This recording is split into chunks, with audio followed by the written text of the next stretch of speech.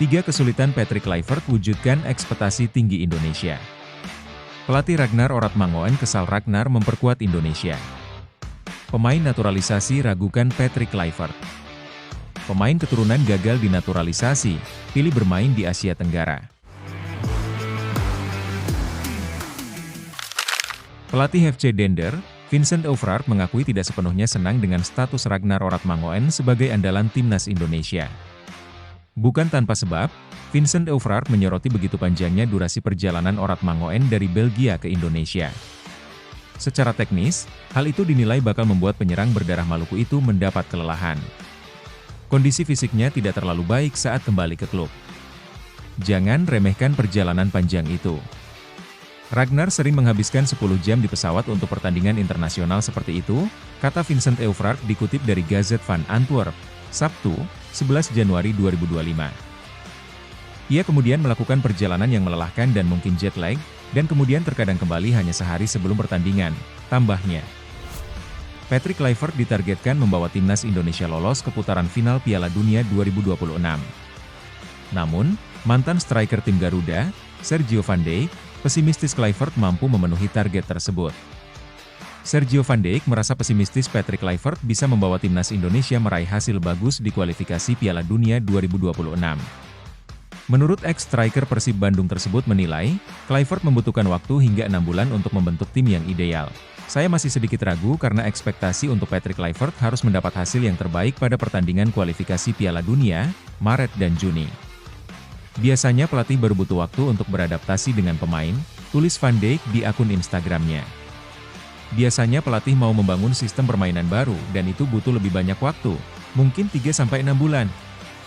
Apalagi ini tim nasional, pemain-pemain cuma gabung sekitar 6 kali setahun. Pemain keturunan Indonesia, KAI Boham, memutuskan untuk melanjutkan karir ke Liga Thailand.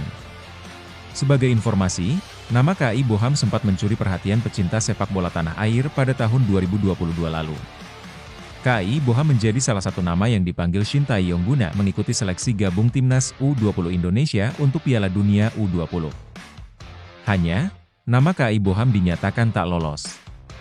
Selain KAI Boham, 2 pemain keturunan yang juga dicoret Shin Tae-yong ada Jim Chorley dan Max Christoffel. Shin Tae-yong lebih memilih Justin Hubner, Ivar Jenner dan Rafael Struijk. Sementara itu, KAI Boham akan bermain di kompetisi kasta ketiga Liga Thailand.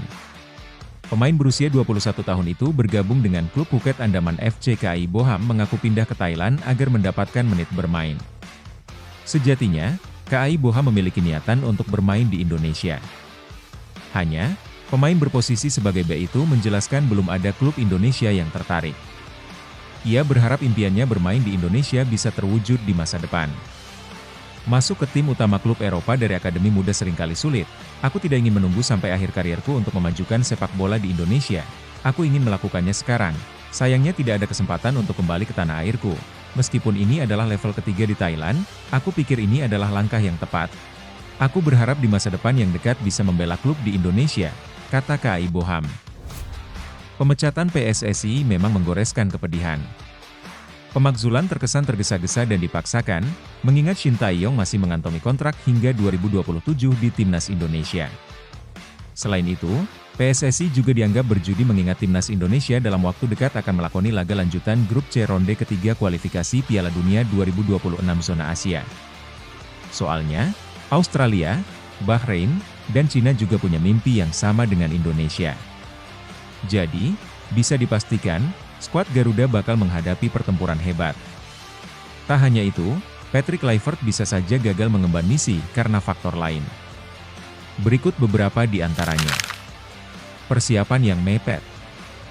Biar bagaimanapun, Patrick Kluivert bukan sedang melakoni pertunjukan sulap di atas panggung pasar malam. Hanya dengan adakadabra, semua bisa terwujud dengan mudah, maka, praktis hanya menyisakan waktu sekitar 2,5 bulan, akankah Patrick Kluivert bisa mempersembahkan 2 kemenangan dari Australia dan Bahrain? Belum lagi ihwal amunisi, strategi dan kerjasama antar lini, mengingat PSSI tengah mengebut proses naturalisasi sejumlah pemain keturunan.